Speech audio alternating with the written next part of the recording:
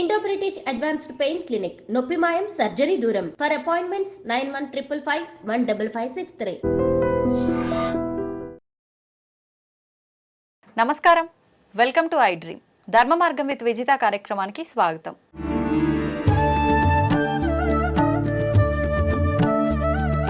ప్రస్తుతం మనతో పాటు ఉన్నారు ప్రముఖ ఆధ్యాత్మికవేత్త, ప్రముఖ జ్యోతిష్య పండితులు సుభాష్ శర్మ గారు. ఇప్పుడు వారితో మాట్లాడిద్దాం. నమస్కారం గురుగారు.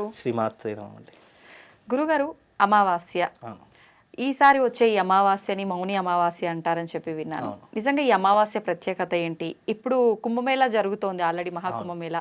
ఆ రోజున ప్రత్యేకించి అక్కడ కూడా చాలా రకాల విధి విధానాలు జరుగుతాయని, పెద్ద పెద్ద ఋషులు అలాంటి వాళ్ళు కూడా కొన్ని వేల సంవత్సరాలు ఉన్న వాళ్ళు అక్కడికి వచ్చి స్నానం ఆచరిస్తారని విన్నాను. అంటే ఇది చాలా పవిత్రమైన అమావాస్య అని చెప్పి అర్థమవుతోంది ఇదంతా వింటుంటే. చాలా విశేషమైనటువంటి మరి సామాన్యులంతా ఈ రోజుని ఏ రకంగా ఉపయోగించుకోవచ్చు అంటారు? ఇక్కడ ఈ అమావాస్యకు ఎందుకు ఇంత ప్రాధాన్యత అంటే గనక, పుష్యమాసంలో వచ్చేటటువంటి అమావాస్య మౌని అమావాస్య, చొల్లంగి అమావాస్య, రెండు రకాలైనటువంటి అమావాస్యల పేర్లతో పిలుచుకుంటాం.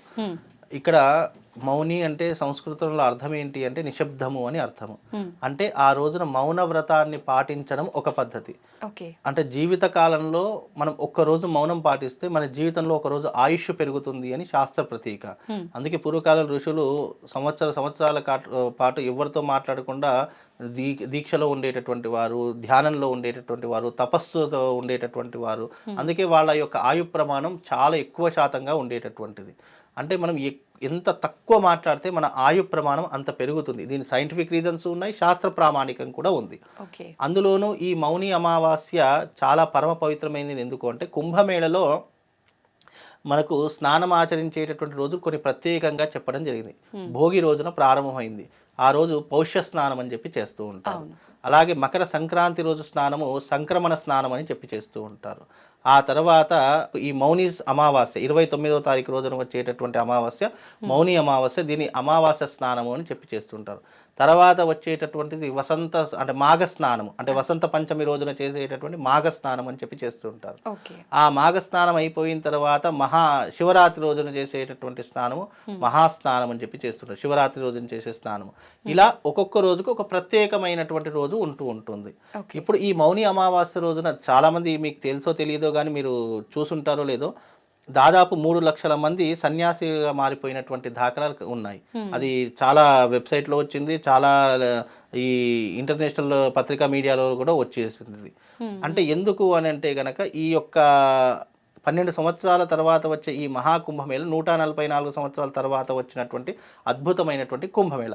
కుంభం అంటే పూర్ణంగా ఉన్నటువంటిది, మేళ అంటే అందరూ ఒక చోట కలిసి ఉండేటటువంటి దాన్ని మేళ అంటారు. అంటే అందరూ కలిసికట్టుగా ఉన్నటువంటి ఒక ప్రదేశంలో చేసుకునేటటువంటి స్నానములే కుంభ స్నానము అని అంటూ ఉంటారు. ఈ యొక్క కుంభమేళకి ఇంత ప్రాధాన్యత ఎందుకు వచ్చింది అంటే గనక, ఇది ప్రయాగరాజులోనే వచ్చింది. అంటే 12 సంవత్సరాలకు ఒకసారి వచ్చేటటువంటిది ఎలా ఉంటుందంటే, ఇప్పుడు ప్రయాగరాజుకు వచ్చింది, తర్వాత వచ్చేటటువంటిది హరిద్వార్కు, తర్వాత నాసిక్, తర్వాత ఉజ్జయిని, ఇలా ఒకదాని తర్వాత ఒకటి రావడం జరుగుతూ ఉంటుంది. ఈ ప్రయాగరాజులో మళ్ళీ 144 సంవత్సరాల తర్వాత మళ్ళీ ప్రయాగరాజుకు వస్తుంది. అంటే ఇప్పుడు ఇది 144 సంవత్సరాల తర్వాత వచ్చేటటువంటి మహాకుంభమేళ. కుంభమేళ ఉంటుంది, అర్ధ కుంభమేళ ఉంటుంది, మహాకుంభమేళ ఉంటుంది. 144 సంవత్సరాల తర్వాత వచ్చినటువంటి మహాకుంభమేళ ఎందుకు ఇంత ప్రాధాన్యత అంటే, ఇది చాలా సున్నితమైనటువంటి మత విశ్వాసం మీద ఆధారపడి ఉన్నటువంటి అంశము. జనాల యొక్క విశ్వాసం ఏంటి అంటే గనక, మహాకుంభమేళ అనేటటువంటి దాంట్లో స్నానం ఆచరిస్తే ముక్తిని పొందుతాము, మళ్ళీ జన్మ అనేటటువంటిది ఉండదు, జన్మ రాహిత్యాన్ని పొందుతాము. అలాగే ఈ మహాకుంభమేళలో ఏదైతే స్నానం ఆచరిస్తామో చాలామంది పాపాలు తొలగించుకోవడానికి, పుణ్యాన్ని సంపాదించుకోవడానికి, శివుడి యొక్క అనుగ్రహాన్ని పొందడానికి, ఇలా ప్రతి ఒక్కరు తమ యొక్క నాలెడ్జ్తో వెళుతూ ఉంటారు. ఇక్కడ కేవలం రాష్ట్రం కాదు, దేశం కాదు, ప్రపంచ నలుమూల నుంచి ఎంతోమంది స్వామీజీలు, తర్వాత వచ్చే సాధు సంతువులు, అఘోరీలు, నాగసాధువులు, ఇలా ఒకరు కాదు అందరి తరఫున ప్రతి ఒక్కరు కూడా రావడం జరుగుతుంది. ఈ కుంభమేళలో చాలామంది అఖాడీలుగా మారిపోతూ ఉంటారు. ఇప్పుడున్నటువంటి ప్రస్తుతం ఎందుకు అఖాడీలుగా మారిపోతున్నారు అని అంటే కనుక, జీవితం మీద విరక్తి చెందినటువంటి వాడు, జీవితంలో అన్నీ చూసేసినటువంటి వాడు, ఇక జీవితం ఇంతతో నా జీవితం అయిపోయింది, ఈ మిగతా జీవితం అంతా కూడా భగవంతునికి లీనమైపోవాలి, భగవంతునికి అంకితం చేయాలి అనేటటువంటి దాని నుంచి పుట్టినటువంటిదే ఈ సన్యాసి తత్వము. ప్రతి ఒక్క మనిషి జీవితంలో గృహస్థాశ్రమం ఉంటుంది, బాలాశ్రమం, గృహస్థాశ్రమం, సన్యాసాశ్రమం.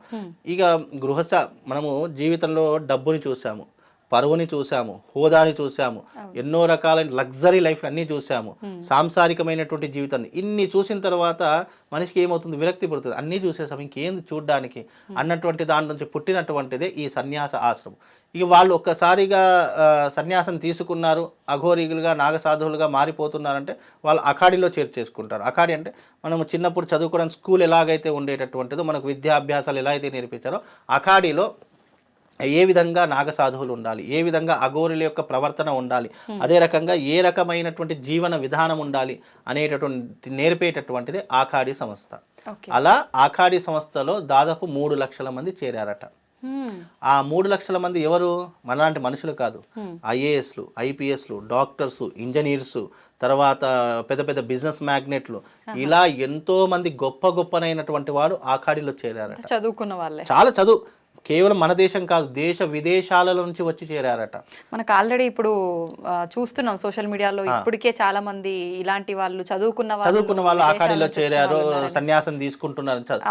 అంటే అంత గొప్పనైనటువంటి వాళ్ళే మన మత విశ్వాసం మీద ఇంత నమ్మకం పెట్టుకున్నారు. అలాంటిది మన హిందూ పురాణాల్లో ఇంత ప్రాముఖ్యత, మనం చెట్టుని పూజిస్తాము, పుట్టని పూజిస్తాము, ఆఖరికి నీటిని కూడా పూజించేటటువంటి తత్వం కేవలం మన హిందూ ధర్మంలో మాత్రమే ఉంది. అందుకే హిందూ ధర్మంలో మనము పుష్కరాలు వచ్చాయి, ఇలాంటి మహాకుంభమేళ వచ్చింది అంటే చాలామంది పుణ్యం కోసము, పురుషార్థం కోసం ఇవన్నీ కూడా అక్కడికి వెళ్ళి స్నానం ఆచరిస్తూ ఉంటారు. మనము ప్రతిరోజు చేసేటటువంటి స్నానం వెనక పరమార్థము ఉంది, సైంటిఫిక్ రీజన్స్ ఉన్నాయి. ఈ చలికాలంలో చన్నీటి స్నానము, గోదావరి స్నానం చేయడం వల్ల విశేషమైనటువంటి పుణ్య ఫలితం కలుగుతుంది. అలాగే ప్రయాగరాజులో అనేక రకములైనటువంటి ఆ నదీ ప్రవాహం ఉంటుంది కదా, అది అనేక రకాలైనటువంటి చెట్లు, చేమలు, పుట్టలు అన్నీ దాటుకొని వచ్చి అవన్నీ కూడా ఔషధీకరణంగా ఆ నీరు మారిపోయి మనల్ని అనేక రుగ్మతల నుంచి దూరం చేస్తుంది అని కూడా మనం నమ్ముతూ ఉంటాము. ఏదైతే ఈ మాసం ఉందో, ఈ పౌష్యమాసము ఈ స్నానానికి ప్రతీక. మళ్ళీ ఈ మాసం అయిపోయిన తర్వాత మాఘమాసం కూడా మాఘ స్నానాలు అని చెప్పి చేస్తూ ఉంటారు చాలామంది.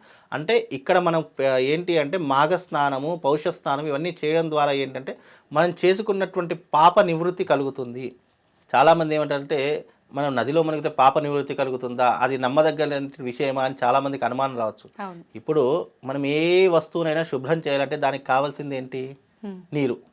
మన శరీరాన్ని శుభ్రం చేసుకోవాలన్నా, మనం స్నానం చేయాలన్నా కావాల్సింది ఏంటి? నీరు.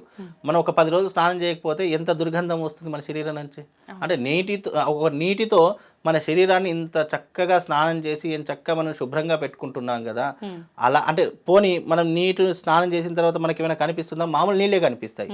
అలాగే ఇలాంటి గొప్పనైనటువంటి సమయంలో ఆ యొక్క నదిలో సంగమ తీరంలో స్నానం చేయడం వల్ల మళ్ళీ సంగమ తీరం నర్మదా నది ఒకటి, తర్వాత గోదావరి, గంగా, ఈ 3 పాయలుగా కలిసినటువంటి తీరమే సంగమ తీరం ప్రయాగరాజు. అక్కడ ఆ నదిలో స్నానం ఆచరించడం వల్ల పాపాలు కూడా తొలగిపోతాయని మత విశ్వాసం. ఇది అంధవిశ్వాసంగా పురాణాల్లో చెప్పినటువంటిది. ఎందుకు? మనము మామూలుగా భగవంతుడి యొక్క తత్వం ఎలా ఉంటుంది అని అంటే, భగవంతుడు ప్రతి అణువులో మనం భగవంతుని చూస్తాము. అలాంటి భగవంతుడు కూడా ఆ యొక్క నదిలో దిగి స్నానం ఆచరించి మళ్ళీ తన లోకానికి వెళ్ళిపోతాడని చెప్పేసి కూడా అక్కడ చాలా మట్టుకు విశ్వసిస్తూ ఉంటారు. అంటే భగవంతుని చూస్తే చాలు, భగవంతుని ముట్టుకుంటే చాలు అని అనుకునే మనము ఆ భగవంతుడి అంటే పరమాత్ముడే అక్కడికి వచ్చి స్నానం ఆచరించినటువంటి నదిలో మనం స్నానం చేయాలని ఎంతమందికి ఉండదు చెప్పండి. అందుకే ఆ భగవంతుడు అదిగా నది కాదు, ఒక తీర్థజలము. ఆ తీర్థజలంలో మనం మునిగాము అంటే మన జీవితం ఎంత ధన్యమైపోతుంది. అందుకే ప్రతి ఒక్క హిందూ, ప్రతి ఒక్క పరమాత్ముని నమ్మినటువంటి ప్రతి ఒక్కరూ ఈ కుంభమేళను ఆస్వాదించాలి. ఈ కుంభమేళకు వెళ్ళి తప్పకుండా స్నానం చేయాలి. కేవలం పాపాలు పోవడానికనే కాదు, ఈ కుంభమేళ మళ్ళీ మనకు 12 సంవత్సరాల తర్వాత రాదు. మళ్ళీ ఇంత గొప్పనైనటువంటి 144 సంవత్సరాల తర్వాత వచ్చే కుంభమేళ మళ్ళీ మనం 100 సంవత్సరాలు బ్రతకలేం కదా, మళ్ళీ చూడలేము. మళ్ళీ ఇప్పుడు కాకపోతే 12 సంవత్సరాలకు వెళ్ళొచ్చేమో. ఆ 12 సంవత్సరాల వరకు నా జీవితం ఏంటో నాకే తెలియదు, రేపేం జరుగుతుందో నాకు తెలియదు, రేపు ఉంటానో పోతానో కూడా నాకు తెలియదు. కాబట్టి ఉన్నప్పుడు వినియోగించుకోవాలి. ఉన్నప్పుడు కుంభమేళకు వెళ్ళి చక్కగా పరమాత్ముని దర్శనం చేసుకొని పరమాత్ముని పైన మన మనస్సు లగ్నం చేసి ఒక్కసారి అక్కడ మునిగి వస్తే చాలు, మన జీవితం ధన్యమైపోతుంది. నిజంగా కుంభమేళలో ఉన్నటువంటి గొప్పతనం ఇంకా దేంట్లో లేదు. మనం విశ్వసించడం కాదు, దేశ విదేశాల వాళ్ళే విశ్వసిస్తున్నారు కదా.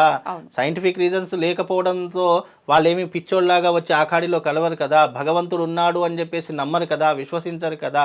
అంతటి గొప్ప గొప్ప చదువుకున్నటువంటి సైంటిస్టులు, డాక్టర్లే వచ్చి ఆఖాడి అంటే సన్యాసం తీసుకుంటాడు, పరమాత్ముడు ఉన్నాడని నమ్ముతాం. మనం నమ్మకుంటే ఇంకేమైనా బాగుంటుందా? మనం హిందువులం అనిపించుకుంటామా? అనిపించుకోం.